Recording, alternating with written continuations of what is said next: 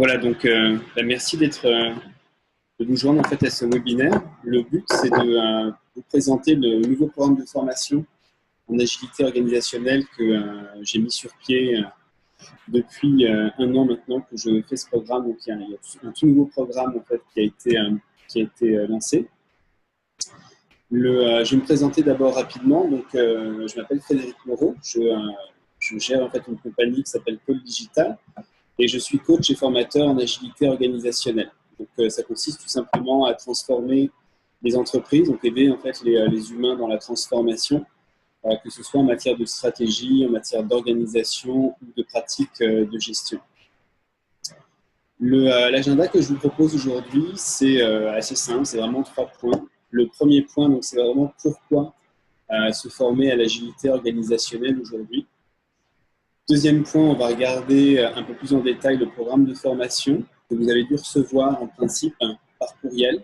Si ce n'est pas le cas, merci de m'écrire par la suite de manière à ce que je puisse vous l'envoyer. Vous pouvez m'écrire directement à formation@commercial-pôledigital.com, POLDIGITAL.com.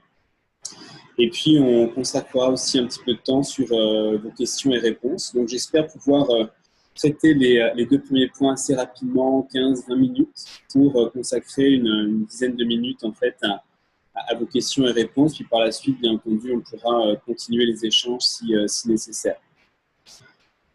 Voilà, donc premier point, pourquoi se former à l'agilité organisationnelle? Alors, il y a une chercheuse de l'INSEC qui a fait un très beau travail en 2011.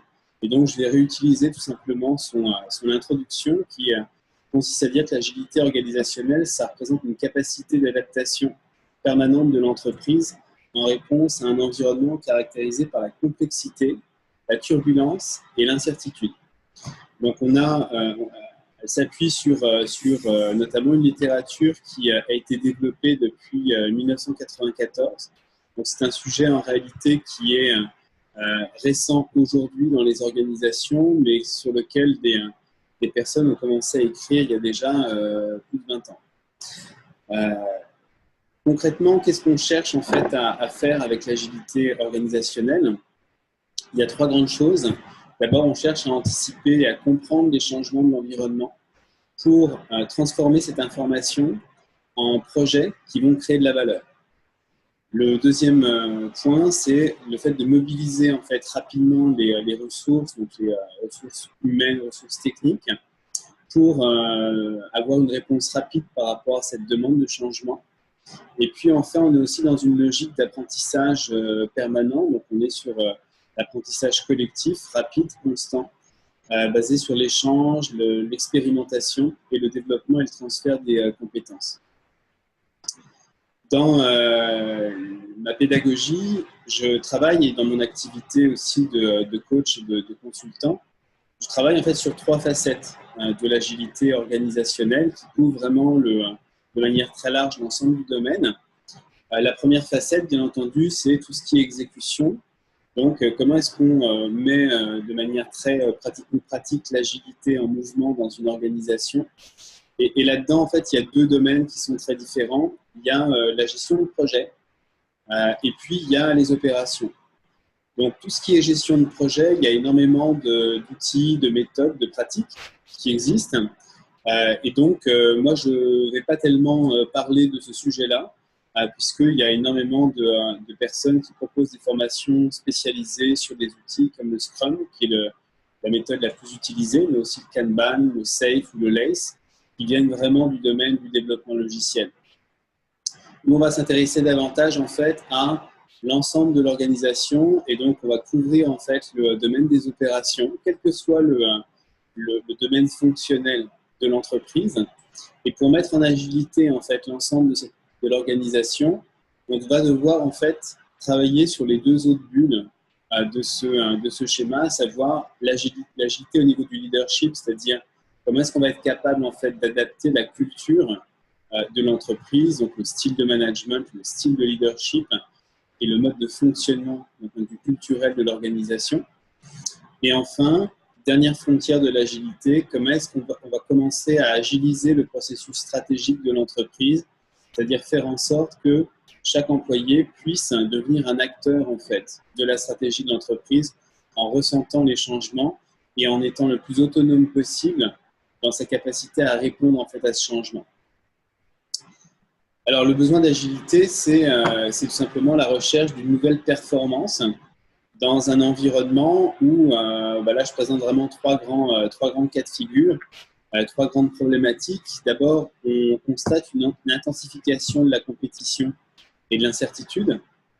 On a une accélération également du changement sous l'impulsion des nouvelles technologies. Et puis, l'humain et l'entreprise aujourd'hui sont en quête de sens. Donc, ce sont les trois points, les trois grands domaines, les trois grandes problématiques sur lesquelles l'agilité organisationnelle va permettre de répondre.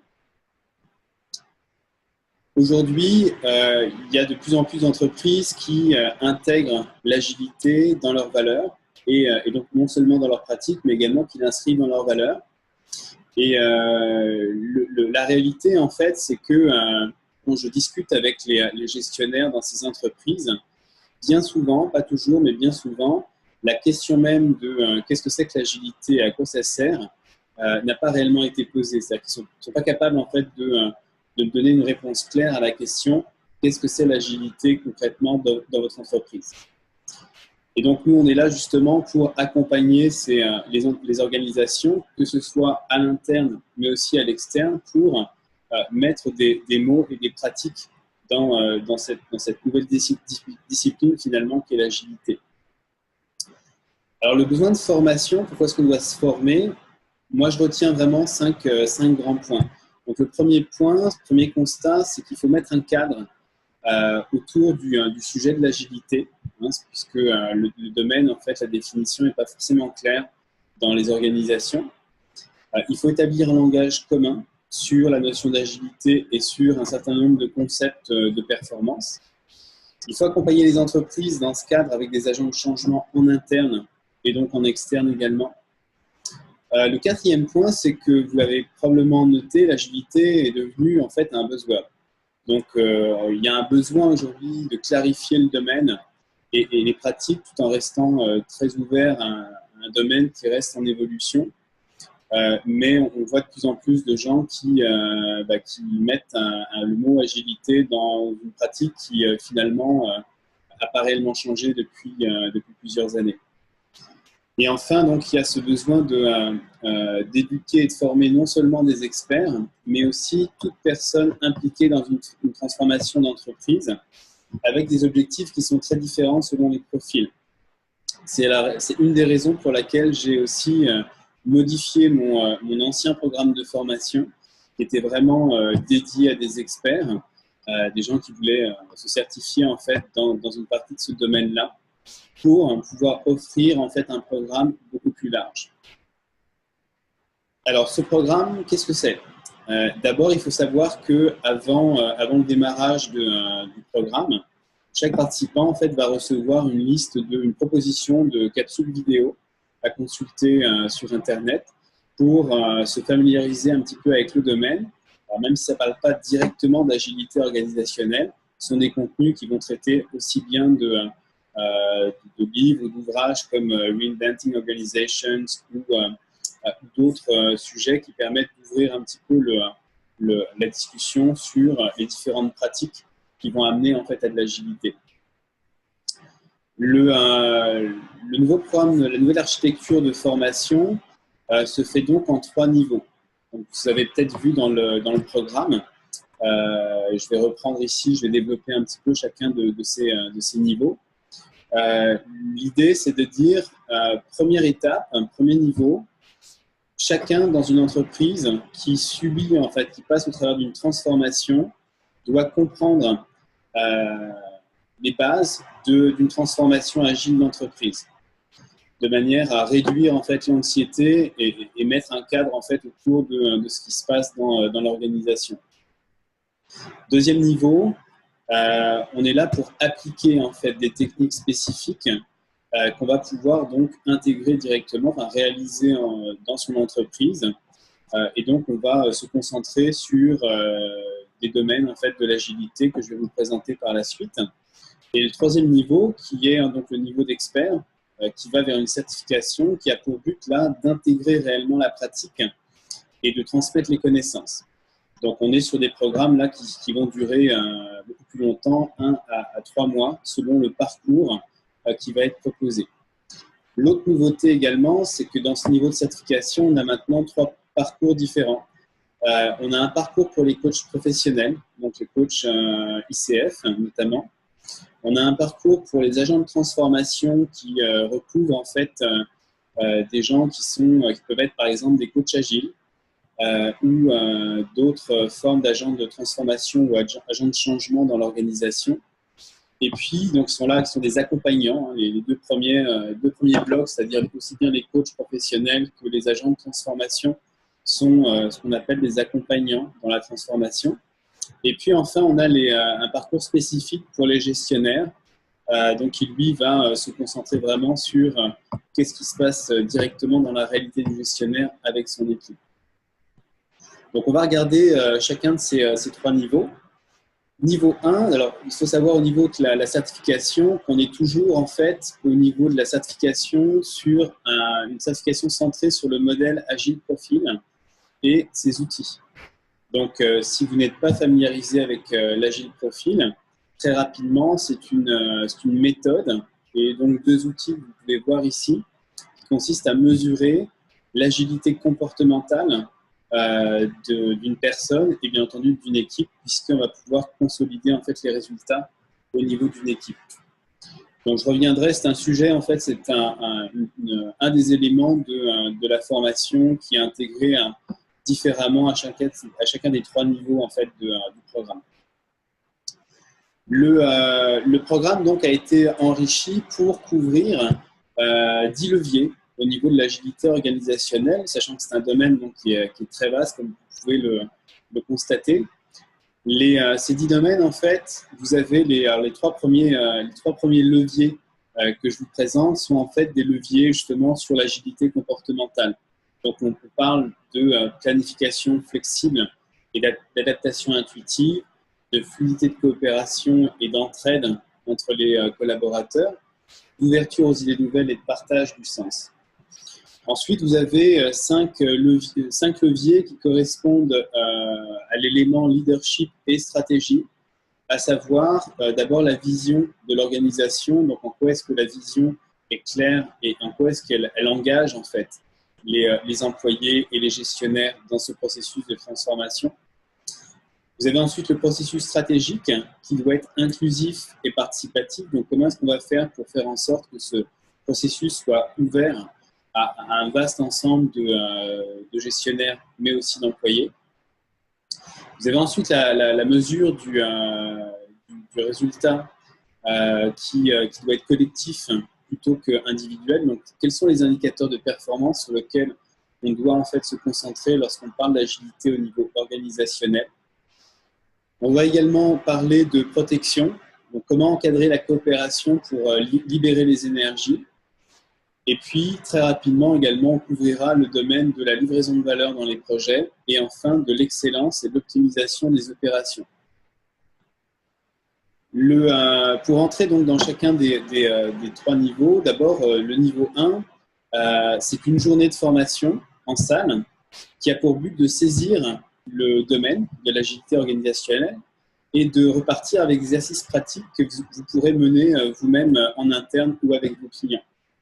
Donc, il y a 10 points qui sont couverts. Alors, c'est un programme donc, qui est assez copieux, on va dire. Et vous vous doutez bien qu'on ne peut pas couvrir de manière très complète chacun de ces 10 points. Et donc, cette journée va se focaliser sur 2 grands points d'un point de vue exercice pratique. Donc, les 10 points sont abordés. Il y en a 8 qui sont davantage abordés, on va dire, en surface. Il y en a 2 qu'on va creuser, qui sont les 2 domaines en fait les plus pratico-pratiques de la mise en application du domaine de l'agilité organisationnelle aujourd'hui.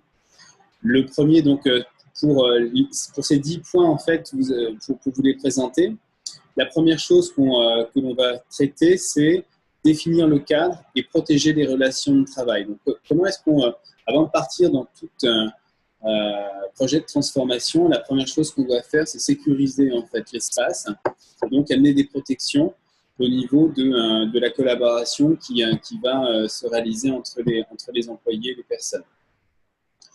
Deuxième point, on va définir la performance et reconnaître les pressions. Là, il y aura un petit exercice qui sera réalisé. Ensuite, on va mettre en contexte une situation et un enjeu professionnel. Donc, comment est-ce qu'on peut s'assurer de comprendre du mieux possible en fait, un contexte, mettre une situation dans son contexte. Ensuite, on va être plus en théorie sur qu'est-ce que c'est que l'agilité organisationnelle. Donc, on va rentrer un peu plus dans la compréhension en fait, de ces différents domaines. Ensuite, on va évaluer le besoin d'agilité. Donc, concrètement, comment fait-on pour identifier par où est-ce que je dois commencer, où est-ce que ça fait le plus de sens compte tenu du contexte de l'organisation dans laquelle je fonctionne, pour commencer en fait à réaliser des actions de mise en agilité. Enfin, on va saisir également la notion de leadership agile et de culture agile. Qu'est-ce que ça prend en fait une culture agile et donc un leadership qui va avec. Un premier point sur lequel on va se concentrer au niveau de la formation, c'est comprendre le modèle Agile Profil, c'est-à-dire l'agilité comportementale. Alors pourquoi est-ce qu'on se focalise sur ce premier point? Dès qu'il y a mise en action, dès qu'il y a mise en mouvement, changement dans une organisation, le comportement est toujours présent. Et donc, c'est vraiment un outil sur lequel on va pouvoir capitaliser très rapidement. On va ensuite aborder en fait, la compréhension du principe de transformation d'une organisation. C'est-à-dire globalement, comment est-ce qu'on transforme une organisation? Donc, il n'y a pas de méthodologie en fait, pour faire ça, mais il y a un modèle que je vous présenterai et sur lequel on pourra justement échanger. Deuxième point sur lequel on va se concentrer pendant cette journée de formation, c'est de développer l'autonomie stratégique des équipes. Là, on parle en fait d'augmenter vraiment l'autonomie dans le sens stratégique, c'est-à-dire comment est-ce qu'on va, assurer en effet que le cadre est sécuritaire pour les personnes. On va définir en fait un nouveau processus de décision pour mettre le plus en autonomie les personnes à l'intérieur d'une équipe. Et donc s'assurer que les mesures de performance sont également validées au sein de cette équipe selon un nouveau modèle qui fait du sens pour tout le monde. Et puis on terminera par un aperçu en fait, des structures et des organisations d'entreprise en mode agile qui sont très variées en réalité. Donc voilà, ça c'est pour la journée 1, donc ce qu'on appelle le niveau 1. Si vous souhaitez accéder au niveau 2, qui lui a pour but de vraiment mettre en pratique et donc d'approfondir en fait les connaissances vues la veille, il faut bien entendu passer par le niveau 1 pour arriver au niveau 2. Donc, première différence, les participants du niveau 2 vont, avant l'atelier, compléter leur test en ligne, Agile Profile Development, qui est donc un des 2 outils de l'Agile Profile et qui permet donc de mesurer vos comportements sous pression. Vous aurez également accès à une application mobile, donc d'apprentissage sur mobile, apprentissage en ligne pendant 1 an, qui est donc l'outil d'Agiloa. Agiloa est l'entreprise qui distribue l'Agile Profile, donc qui est les inventeurs en fait de l'Agile Profile. Et donc vous aurez accès pendant 1 an à cette application que j'ai utilisée moi-même. Je l'ai passée, elle est vraiment excellente pour voilà, faire des exercices. Il y a des exercices qui sont à l'intérieur. Et donc, ça fait réfléchir de manière permanente sur les pratiques, sur les comportements qu'on applique dans l'organisation. Et vous recevrez également un livret de formation spécifique sur l'Agile Profile qui, là, est très détaillé, qui donne des exemples concrets d'application des différents comportements. Pendant la journée, donc, il y a 7 grands points qui seront couverts. D'abord, on va faire un approfondissement sur l'Agile Profile. On va passer en exercice pratique de débriefing, de coaching, à l'aide des profils, donc de vos profils qui ont été mesurés. On travaillera en aquarium au niveau des participants. Et puis, par la suite, on regardera un deuxième exercice pratique qui est l'atelier de mise en agilité. Donc, c'est le premier atelier, c'est la première activité que l'on réalise généralement lorsqu'on veut commencer en fait à mettre en agilité une organisation. Et donc, on regardera concrètement comment fonctionne l'outil sur base de ma pratique, de ce que je fais régulièrement en entreprise. Et donc, vous pourrez vous approprier cet outil et puis, bien entendu, l'adapter, le modifier en fonction de votre propre pratique. Voilà, donc on aura un exercice également de mise en agilité, une simulation par rapport à ça. Et puis, on terminera par le plan de transformation agile, à savoir quel est votre propre plan d'action. Donc, vous définirez votre propre plan d'action pour faciliter en fait la transformation de votre organisation ou celle de vos clients. Voilà, et puis on fera un dernier point sur la réalité de l'agilité organisationnelle aujourd'hui sur le marché au Québec et au Canada et les bonnes pratiques pour convaincre également en interne pour commencer ce type d'exercice et de pratique. Le niveau 3, on est donc à un niveau expert, c'est-à-dire vous voulez intégrer et transmettre les compétences. Alors bien entendu, chaque niveau est autonome, c'est-à-dire que vous n'êtes absolument pas obligé d'aller ni en niveau 2 ni en niveau 3. Si vous voulez aller en niveau 3, il faut bien entendu passer par le niveau 1 et le niveau 2 avant. Donc le niveau 3, on est à un niveau de certification avec pour but d'intégrer et de transmettre ces compétences en interne ou à vos clients. Il y a donc deux grands cas de figure. On a un premier cas de figure avec les accompagnants, c'est-à-dire les coachs et les agents de changement, agents de transformation, qui vont d'abord passer un deuxième test en plus de l'Agile Profile Development. Vous allez passer en fait le test qui est l'inventaire. Donc, il y a un inventaire structurel qui permet de mesurer en fait les comportements agiles, non plus sous pression, mais hors contexte, c'est-à-dire un peu comme un inventaire de personnalité, sauf que plutôt que de mesurer la personnalité, on mesure en fait les comportements. À l'issue de cette certification, les accompagnants, donc les coachs professionnels, les coachs agiles et les autres agents de transformation, on va dire les formateurs au sens large, seront autonomes en fait pour faire passer des tests, des mesures en fait Agile Profile auprès des employés et pour réaliser bien entendu les coachings ou les formations que vous souhaitez. Les gestionnaires, il y a un parcours spécifique pour les gestionnaires. Eux ont un parcours très différent. À l'issue de la certification, le but, c'est d'avoir modifié en fait, directement leur pratique de gestion avec leur équipe. Donc, on est vraiment dans la mise en contexte réelle. Et on aura mis en place donc, des nouvelles façons de faire pour développer la performance au niveau de l'équipe. Donc, vous avez un peu plus de détails sur chacun des parcours finalement.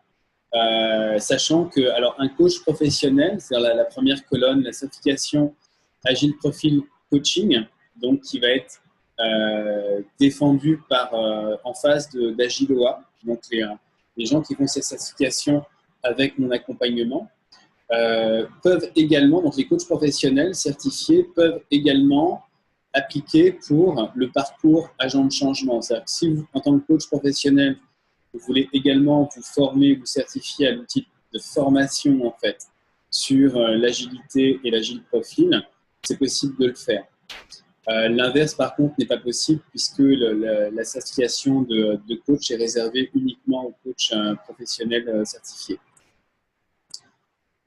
Voilà, au niveau du processus d'inscription, c'est très simple. Si vous êtes intéressé à participer au niveau 1, 2 ou 3, il suffit en fait de m'envoyer un courriel à l'adresse d'une formation @poledigital.com et je vous enverrai par la suite une entente de formation une dizaine de jours avant le début du programme pour confirmer tout ça. Il y a un tarif Lefto qui est disponible jusqu'au 28 octobre. Comme vous avez pu le voir dans le calendrier de formation que vous avez dû également recevoir par courriel. Donc voilà pour l'introduction sur ce programme de formation. Ce que je vous propose à présent, c'est de répondre en fait à vos questions. Merci pour votre tour et donc j'espère que cette présentation a été utile. Et je vous dis à bientôt pour plus d'informations si nécessaire. Bonne journée. Au revoir.